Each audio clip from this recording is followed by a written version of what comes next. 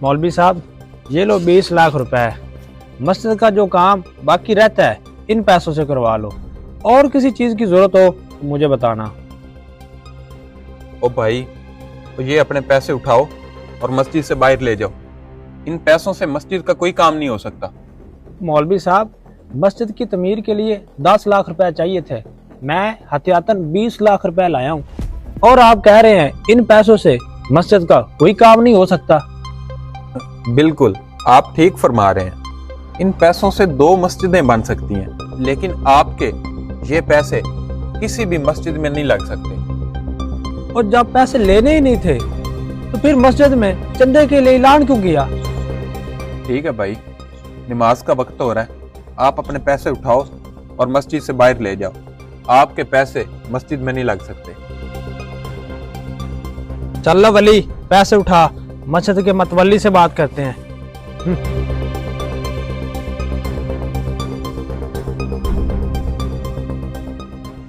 ठीक है मतवली साहब, कल शाम तक 10 बोरी सीमेंट मस्जिद में पहुंच जाएगी। अल्लाह कबूल फरमाए। अस्सलाम वालेकुम मतवल्ली साहब। वालेकुम सलाम। शबीर भाई क्या हाल है? मतवल्ली साहब, मैं मस्जिद की तमीर के लिए 20 लाख रुपए लेकर गया था। मौलवी साहब ने पैसे लेने से इनकार कर दिया और ऊपर से मुझे तरह तरह की बातें भी सुनाई हैं। क्या मौलवी साहब ने पैसे लेने से इनकार कर दिया? और लगता है शहबाज भाई आप किसी और से मिलकर आए हैं। और नहीं भाई, मैं मस्जिद खुद गया हूँ और इमाम साहब से भी मिला हूँ। अच्छा, चलो फिर चलते हैं इमाम साहब के पास, पूछते हैं पैसे क्यों नहीं लिए उसने। मौलवी साहब, ये मेरे दोस्त पैसे लेकर आए थे, आपने इनकार क्यों कर दिया? मैंने इनको समझाया, इनका पैसा किसी भी मस्जिद में नहीं लग सकता।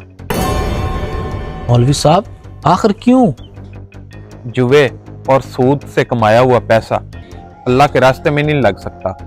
ये भाई सूद का कारोबार करते हैं, यतीमों की जमीनों पे कब्जा करते हैं और लोगों का हक खाते हैं। ओह इमाम साहब, मुझे तो इस बात का इल्म ही नहीं था।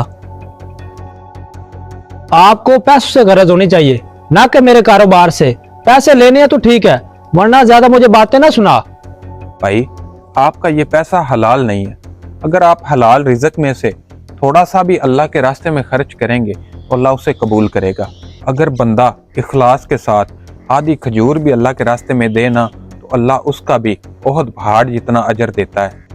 अभी भी वक्त है, हराम छोड़कर हलाल की तरफ आ जाएं। हलाल में ऐसी बरकत है कि आप सोच भी नहीं सकते। लेकिन इमाम साहब, इससे तो मेरा सारा कारोबार तबाह बर्बाद हो जाएगा।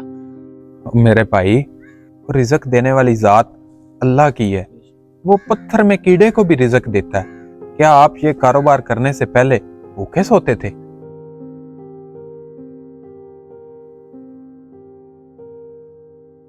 ठीक है इमाम साहब, मैं आज के बाद हलाल कमाऊंगा। इंशाअल्लाह इंशाअल्लाह। अगर आपको हमारा ये पैगाम पसंद आया हो तो वीडियो को सदका जारिया समझ के ज़रूर शेयर करें।